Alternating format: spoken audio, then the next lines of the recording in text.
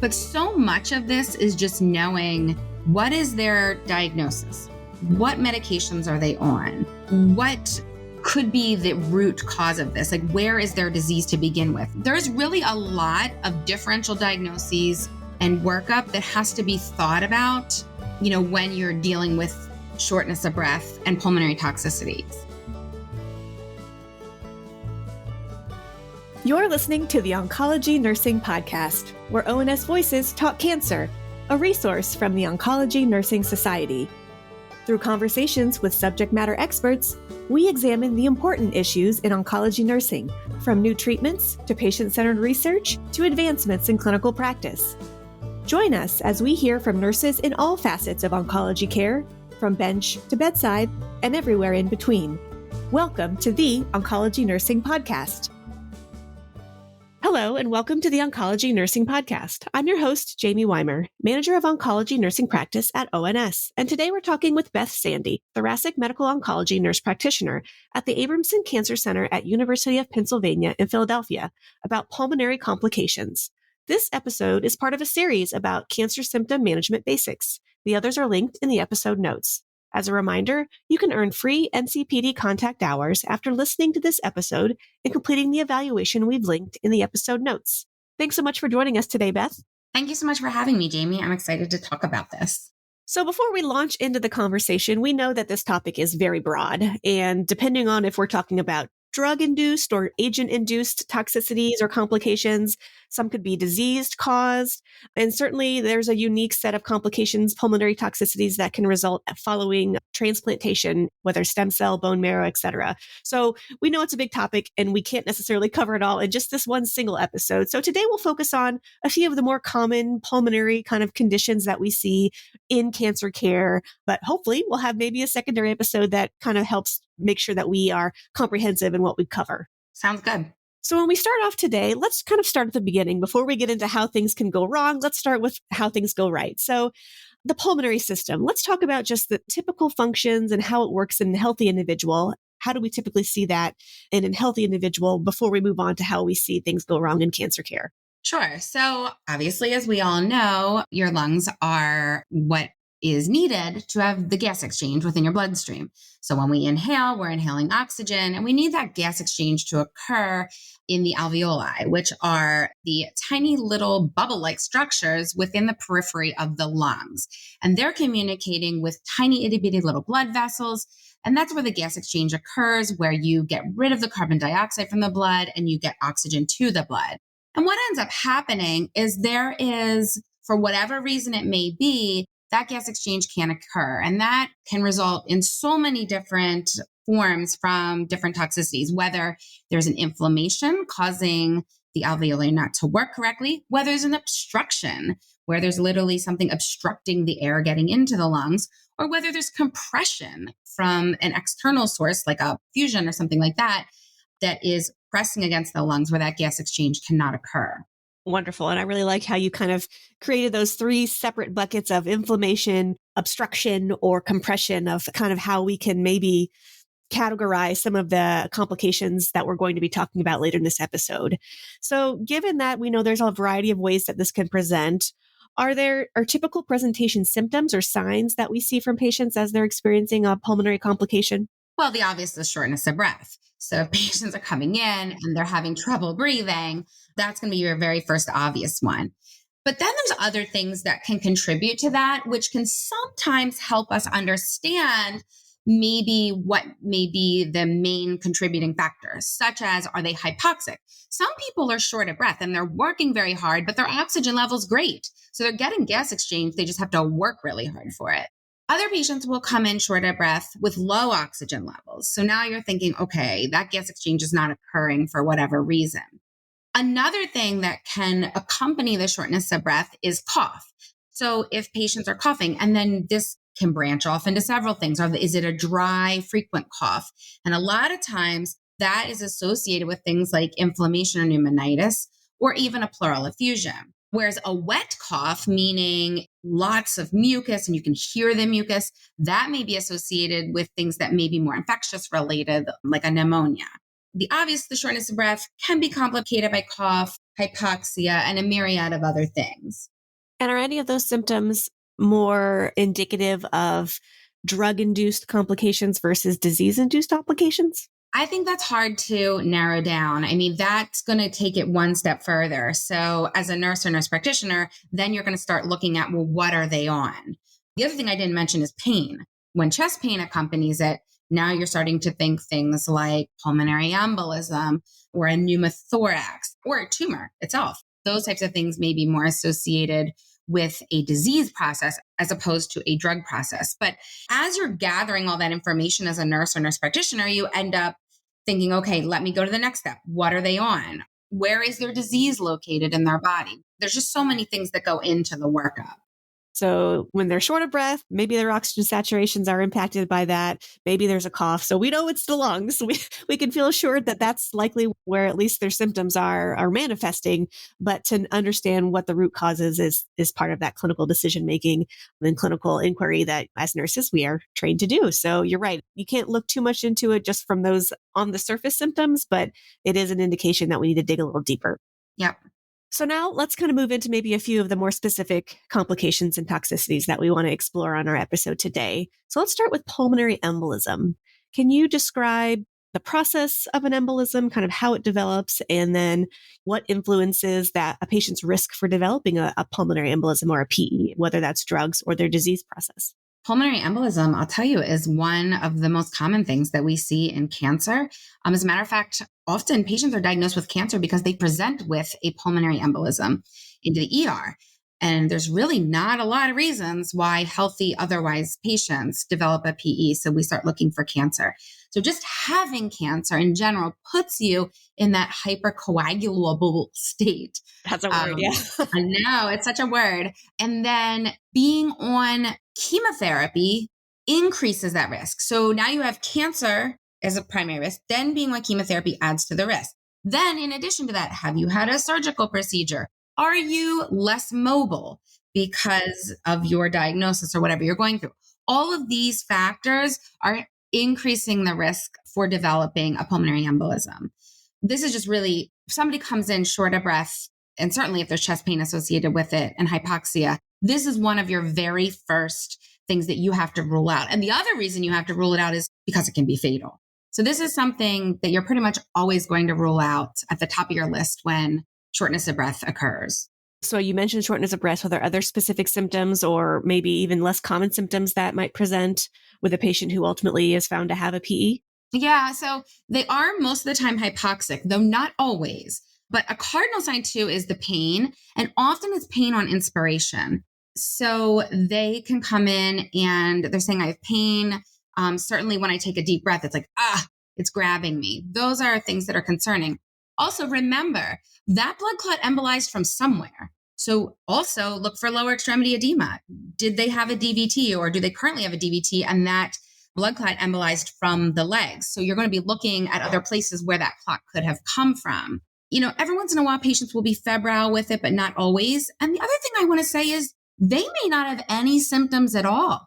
We will often get a CAT scan of the chest looking for disease and incidentally find a PE. And just because it's an incidental finding and the patient has no symptoms, that doesn't mean you don't treat it. You always are going to need to treat a pulmonary embolism, whether it's incidental or whether or not they're symptomatic. That's an excellent point. And you're right, especially if that is the sort of the first indication that a patient might have a cancer diagnosis. It is that incidental finding that is that trigger. Let's talk a little bit about the management of a PE, whether it's incidental, whether it's asymptomatic versus symptomatic. What are the typical steps for management for PE? And are there specific any nursing interventions that we should be keeping top of mind? Sure. I'm so glad you asked, Jaime, because this has come so far in my days in oncology. So I've been an oncology nurse practitioner for 20 years. And we all know back 20 years ago, all we had was warfarin management. Everyone had to be admitted. That's right. It was a nightmare. I mean, I used to have these charts at my desk about all the patients I was managing on warfarin therapy and what their PT-INR levels were and what doses they want. It was really difficult. The bleeding risk, dietary challenges. I am so happy that we really don't have to do that very often anymore. Well, we don't in oncology as much anyway. Then enoxaparin injections came along, or that basically that whole low molecular weight heparin category, most of which we used enoxaparin. The downside, of course, of this was that they were injections. So patients had to do this once or twice a day. However, the good part was you didn't have to monitor coagulation studies. So that was good. And they were quickly reversible if a patient were to have a bleeding event. But again, the big downside, of course, was the injection factor. Now we have a class of agents called the DOACs. And this has been great. I can't lie. I don't know. It's maybe been 5 years now since these drugs have come to the market. They are oral, usually once or twice a day, depending on the agent that you use. They are very fast acting, which is great. So, before with warfarin, we would have to bridge them with the enoxaparin injections until they got to a therapeutic level. But with the DOACs, we don't have to do that. The moment you start them on this medication, the blood is being thinned. You don't have to monitor coags. Generally, there are every once in a while you do for other reasons, but in general, you don't have to.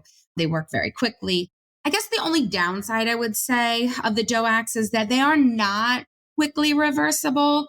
However, generally in the studies, there was not a lot of bleeding events or fatal bleeding events anyway to be concerned with. So they are relatively safe. I mean, certain drugs, one of them has a little bit higher risk of GI bleeding. So a lot of times like GI cancers will avoid that one. But in general, they're pretty well tolerated. There's not a lot of drug-drug interactions for them.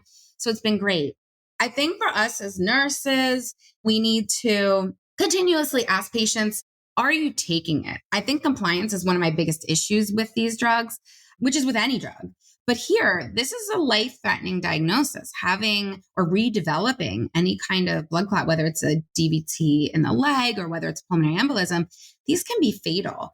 So it is of utmost importance to not miss these drugs, because if you are missing them consistently, they will not work. So I think we need to really make sure they're compliant. We need to make sure they're not having bleeding. Are you having significant bruising anywhere? Are you having unprovoked nosebleeds? And by that, I mean, I always tell people, were you just sitting watching TV and it started dripping versus, oh, I blew my nose and some blood came out. Okay, well, that is probably a pretty common side effect of this and should stop quickly. So, again, for nurses, we need to make sure they're compliant, understand if they're having any bleeding events from this. The only other thing that I think about too is when I start these medications is, are they at risk for bleeding? I'm specific to a lung cancer practice, and do they have a large brain metastasis that's bleeding? I don't want to cause any further bleeding in the brain. So those are all things to take into account also if they're starting the medication. And how long do they typically have to stay on these types of medications when a PE is discovered? Jamie, that's a great question. Did I open a can of worms with that one? I know, you did. We've always kind of said minimum 6 months. The problem is the majority of these patients have metastatic disease or an incurable cancer. So we prefer not to stop it in those patients, because if you think about it, their risk comes from the cancer, and we're not getting rid of that if they have metastatic disease. I think for those patients with metastatic disease, as long as they're tolerating it, they're not having bleeding events, we will typically tend to just keep them on it. Now, if they're having toxicity, it's been years, the cancer is well under control, you could consider stopping it.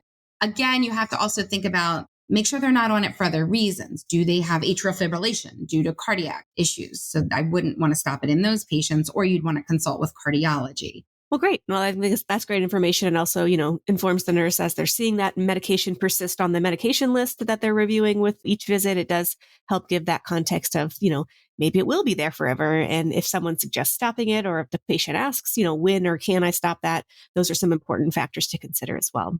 So let's move on to pneumonitis. We're seeing this more frequently now with a lot of our immuno-oncology agents, but can you describe pneumonitis, just sort of how it develops and, why we're seeing this more with those immuno-oncology drugs? Sure. And I think we'll talk about pneumonitis from just an all drug standpoint. So what is pneumonitis? Pneumonitis, the other term for it is ILD, or interstitial lung disease. And what that means is the lung parenchyma, the tissues of the lungs, are inflamed. And there can be many reasons for why this happens. If you get a CAT scan on a patient, you will see this cobweb-like or cloud-like appearance within their lungs. It's pretty typical when you see it. And the radiologists are very good about calling it what it is. And, you do really need a CAT scan to find it. A chest x-ray, unless it's really, really bad, the chest x-ray is not going to find it as much because it's interstitial. So it's small pockets of inflammation, whereas chest x-rays, again, are looking for masses or hard or larger consolidations. And to be honest with you, somebody comes in with acute onset shortness of breath, you're going to do a CAT scan anyway, because you have to rule out other causes like pulmonary embolism. That's kind of the first thing, is understanding it's an inflammatory pattern within the lungs. Now, what is causing it? I'll go way back. So the very first sort of known drug that was synonymous with this was bleomycin. So bleomycin causes pneumonitis, and that's a straight chemotherapy drug. It's not targeted. It's not immunotherapy. So there are some chemotherapy drugs that typically can do this. I know gemcitabine can do this. The taxanes can do this. There are several drugs that can cause this. So this is not something that is unique only to immunotherapy or targeted therapies. It's just becoming more common with those drugs. So we had seen it back then. So let's fast forward to now. Let's kind of talk about this in two different ways. So we'll start with immunotherapy. So immunotherapy obviously has become kind of the cornerstone to most cancer treatments at this point. Certainly in lung cancer, it's given to almost every single patient unless they have some sort of underlying reason they can't get an immunotherapy drug. So we use it a lot. So immunotherapy is intended to inflame the immune system. When you inflame the immune system, particularly those T cells, may start to attack healthy tissues. That could be anywhere from the lining of the gut, where we see colitis, to the lining of, not necessarily the lining of the lung, but the lung parenchyma. And that's where we'll see this T cell mediated inflammatory process within the lungs. Again, it's usually disseminated throughout the lungs. Sometimes it can be closer to where a tumor may be, but not always. This can be bilateral and throughout the lungs. Since it's an inflammatory process, generally the treatment for any of these types of pneumonitis is going to be corticosteroids, because you're trying to calm down that inflammatory process. And then certainly any kind of supportive care that you need. If they're hypoxic, which they often are, you're going to want to give them oxygen. And it depends the level of pneumonitis that they develop. Some of these patients may need to be admitted to the hospital for ongoing respiratory support. And then if you look at the targeted therapies, so again, I'm going to stick closer to my lung cancer where my background is, but targeted therapies such as EGFR inhibitors, ALK inhibitors, those are probably the more common ones to do this. They will also cause an interstitial lung disease, but it's a little bit different. Now, it's usually not immune mediated or T cell mediated here. This is more of a drug toxicity, a straight drug toxicity, more similar to what we were seeing with the chemotherapy agents many years ago. And again, this can be fatal. The main difference with the targeted therapies is it tends to be worse, and it's not something that you can re-challenge. And I think that's kind of one of the most important things to think about here. In immunotherapy, it's like, okay, it's T cell mediated. We gave you corticosteroids. It calmed itself down. And a lot of times we could re-challenge and we don't necessarily see it again. Whereas with targeted therapies, you have to be much more cautious. If you look at the package inserts for the EGFR and ALK inhibitors, most of them are going to tell you this is not something you ever re-challenge. Any kind of symptomatic pneumonitis, you're going to permanently discontinue the drug, because if you give it again, it's going to recur in a pretty bad way, where corticosteroids may not even be helpful again if you re-challenge them. Where pneumonitis from immunotherapy, we often re-challenge. This is not something we usually re-challenge with the targeted therapies. Those are some really great tips. And so it sounds like when it's chemotherapy induced or even targeted therapy induced, like not necessarily reversible, not something that if not addressed, and that addressing it might just be discontinuing the agent, but it's not something that you can push far and then bring them back and rescue them from that pneumonitis. So it is important. No, you're right. Most of the time we can reverse it. The problem is you can't give them the drugs again. And the huge problem with that is if you have, let's say a patient with lung cancer who has an EGFR mutation, that's their life-saving therapy. That is the best we got. So to not be able to continue giving them those drugs is really, really difficult. Luckily, the rates of pneumonitis for those targeted therapies only range to about 4 to 6%. So it's good that it's not super common. Whereas we see in lung cancer, anyway, we can see upwards of 10% of patients developing pneumonitis from immunotherapy. At least we can re-challenge most of those. And I imagine it must be very challenging if a patient, especially one with lung cancer, Or if they have another type of cancer with lung metastasis, if they have a baseline level of perhaps shortness of breath or some of these common presentation symptoms of pneumonitis, providing that education and watching very closely to see if those symptoms increase or worsen, like that must be a very challenging caring for a patient in those circumstances must be very challenging. Oh, Jaime, you're absolutely right. I can tell you, I've definitely had patients where the radiologist and I talked and we aren't sure if it's drug, if it's COVID, that threw a whole wrench in things, Oh my. whether it's just a straight up pneumonia that's infectious. So there have been times where we have treated patients for all of it, put them on antibiotics and corticosteroids and see what sticks, and maybe if they got better, can you tell which drug, what it was from, what was the etiology of it? That can be hard, determining what it was from. Right. And so important. And, even just kind of depending on what season we're in, if it's flu and RSV and everything else is floating around, we just have to always be cautious when we're educating patients of if you didn't have cancer, if you weren't receiving these agents, then a little bit of shortness of breath, a new cough, like we might be able to chalk it up to a variety of other very benign things. But in the circumstance that you're in with not only your cancer diagnosis and these agents that we know have this increased risk for this complication, like a little bit of shortness of breath has to be communicated to your care team right away so that we can investigate and do what's right to not let this symptom get too out of control. Yeah. So let's move on now to our next topic, pleural effusions. Just explain to us exactly what is a pleural effusion, kind of what is the pathophysiology of it, and then just expand on, are these medication-induced, disease-induced, and kind of how do we maybe tell the difference? Yeah. So all of the above, Jaime. So Perfect. A pleural effusion is fluid that develops in the lining of the lung or the pleura. So we know that, in both of your lungs, you have the pleura, which is a fluid-filled sac that bathes and protects the lungs. And there is a normal amount of fluid. Don't ask me how much it is. I don't know what it is, but it's a minimal amount that should be there anatomically.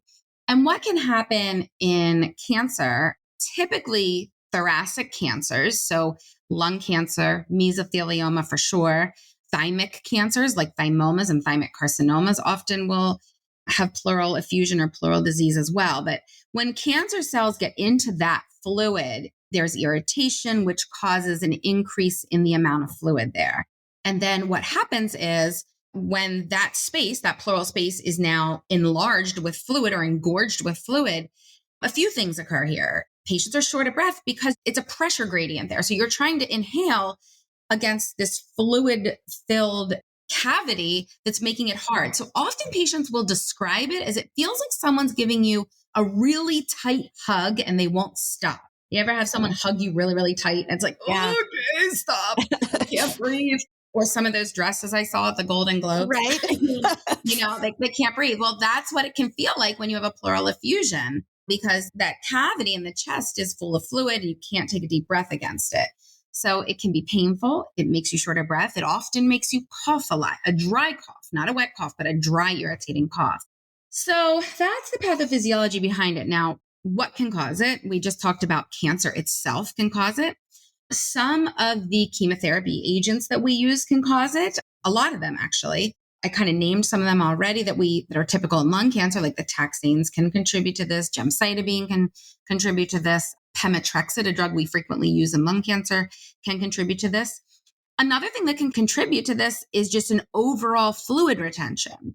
So if patients are having edema for whatever reason, some of that fluid backup can also be overloaded in the lungs as well. So there's a lot of different reasons why people may experience this. So what can we do about it?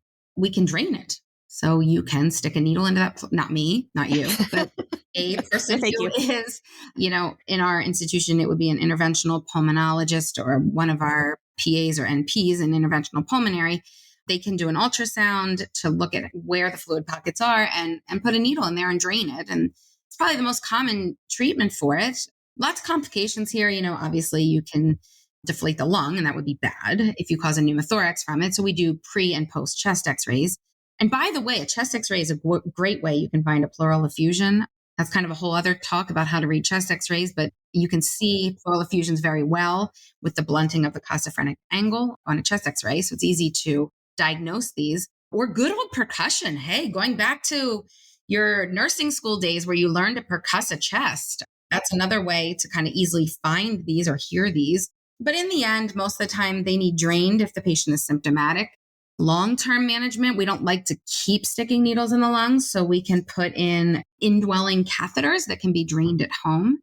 And, we've come a pretty long way in this. It's fairly easy to teach family members how to do this now.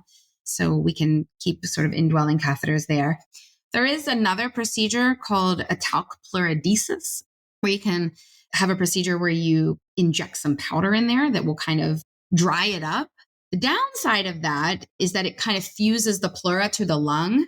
So there can be some complications there, some pain and decreased lung function just from doing that. But it can be an easy fix if you certainly don't want to have an indwelling catheter there. So that's another option for management. But a lot of times, this is something that's a risk benefit. Is the patient symptomatic? How large is the effusion? How often is it coming back? What's the cause? Can we fix the cause? So a lot goes into that. In my experience, they're not always able to be drained necessarily, depending on kind of where they're located. How deep are they? Are they behind other structures that would make that challenging or too risky? More often than not, they can usually be drained, but there is sometimes where, as you said, you have to evaluate the risks and the benefits. And so sometimes it's not as easy as just kind of poking a needle in there and making it all go away. No, you're absolutely right. Our interventional pulmonary nurse practitioner and PA that do these for us, when they put the ultrasound probe on, they can tell, a word you may hear is loculated. So a loculated effusion is thick and gel-like. You can't drain that. It's not going to come out. So they can tell if it's loculated and they're not able to drain it, or where the pocket is. If there's not enough, that it would be too risky. You're right. There's a lot that does go into that. Can you just comment a little bit on, the nurse's role in whether it's identifying, managing, or even post-procedure when they've been drained or treated somehow? How can the nurse be vigilant in their role managing these? Yeah, so we have to educate patients, especially when it comes to pleural effusions. First of all, educating them on how to manage the indwelling catheter if they have it, but notifying us pretty quickly if they become short of breaths. Because a lot of times what we'll do is if you drain a pleural effusion, you send the patient home, and then it's sort of like, I don't know if that's going to come back in 24 hours or 24 weeks. It depends.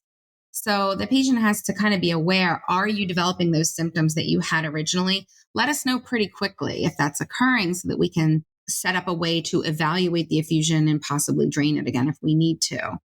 Patients also do need to understand that these effusions do often come back. So if a patient goes for drainage, it's not like, oh, I'm drained, I'm done. They have to understand that more than not, this is something that's likely to come back. So we have to keep figuring out how we're going to monitor this in the long-term setting. And then sort of a final topic just to scratch the surface on, because I think this could easily expand into its own episode, but we kind of touched about it already, but just the notion of, lung infection and respiratory infections and things that do circulate sometimes on kind of that cyclical normal basis, but layering that on top of patients who are already have a cancer diagnosis, whether it's a lung cancer diagnosis or others, and then also potentially getting agents or treatments. We didn't address transplantation today and sort of that post GVHD kind of situation.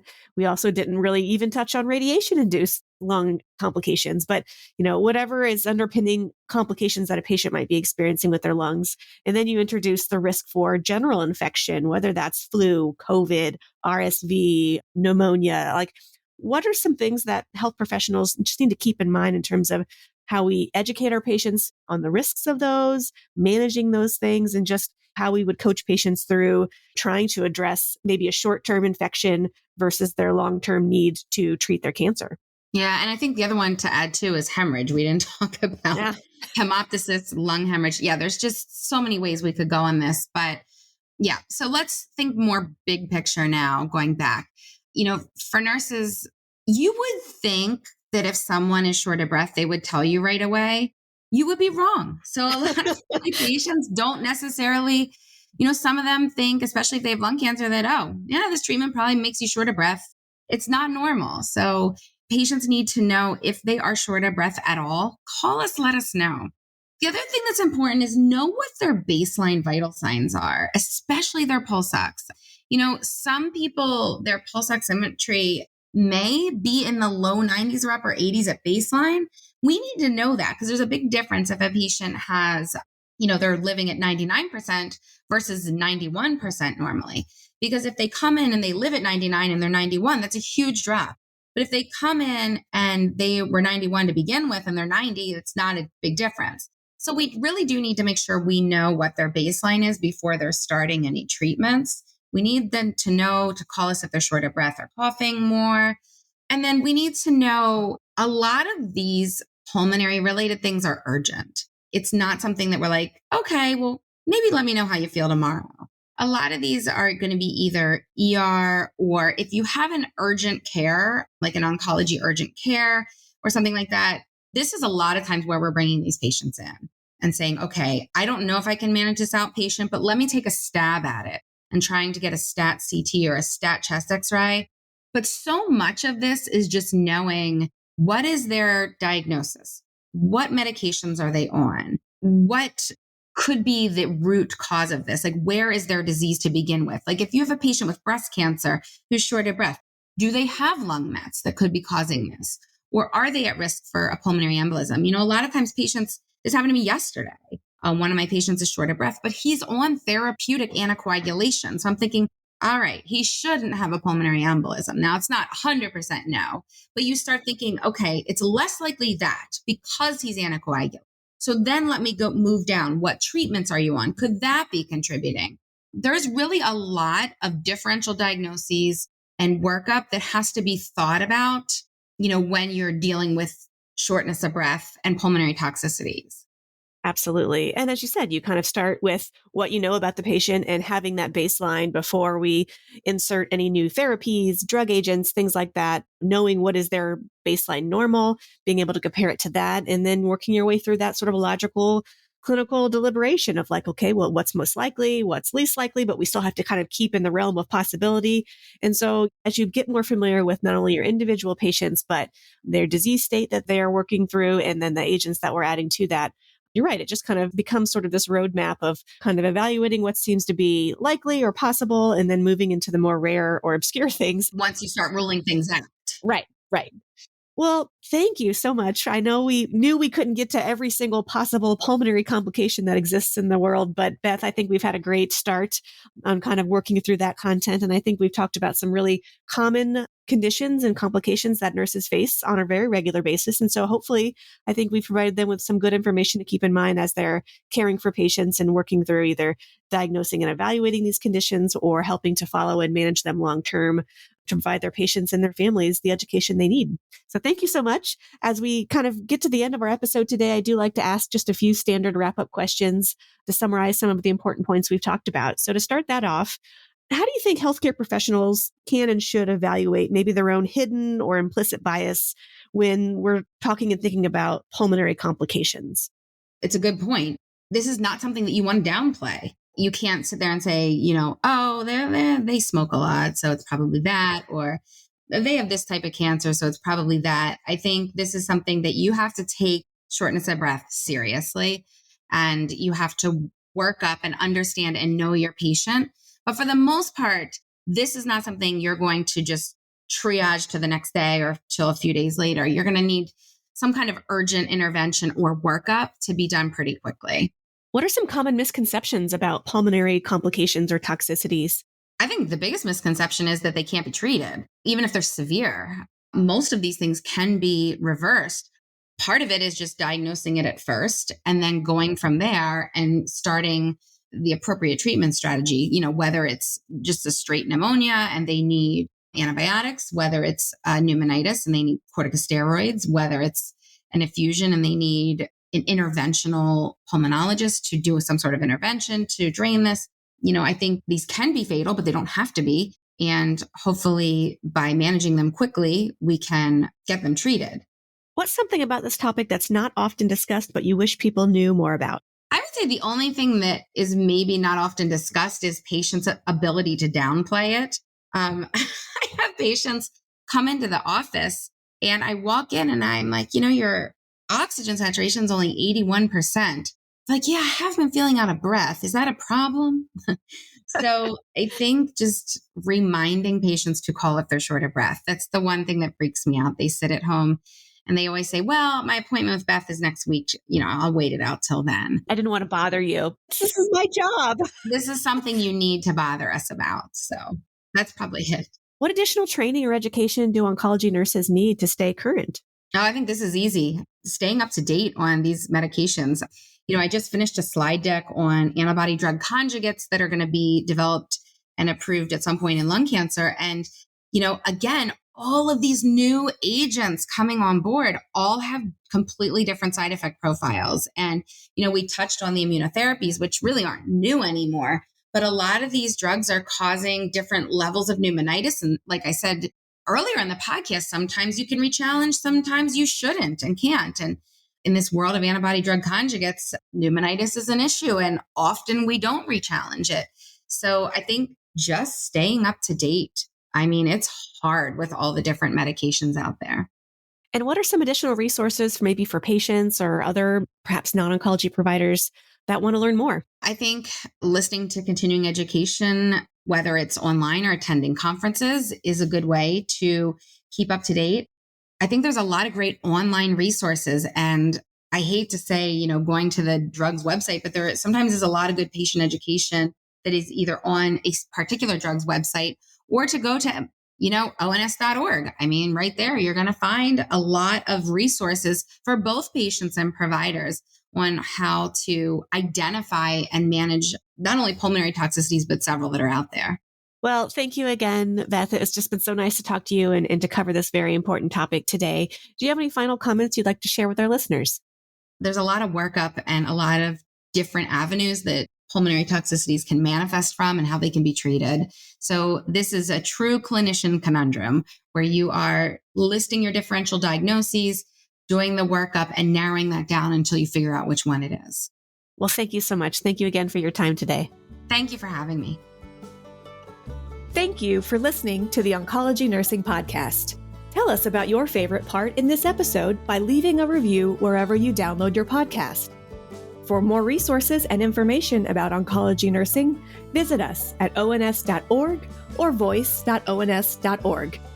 The ideas and opinions shared in this episode represent those of the guest and not necessarily ONS.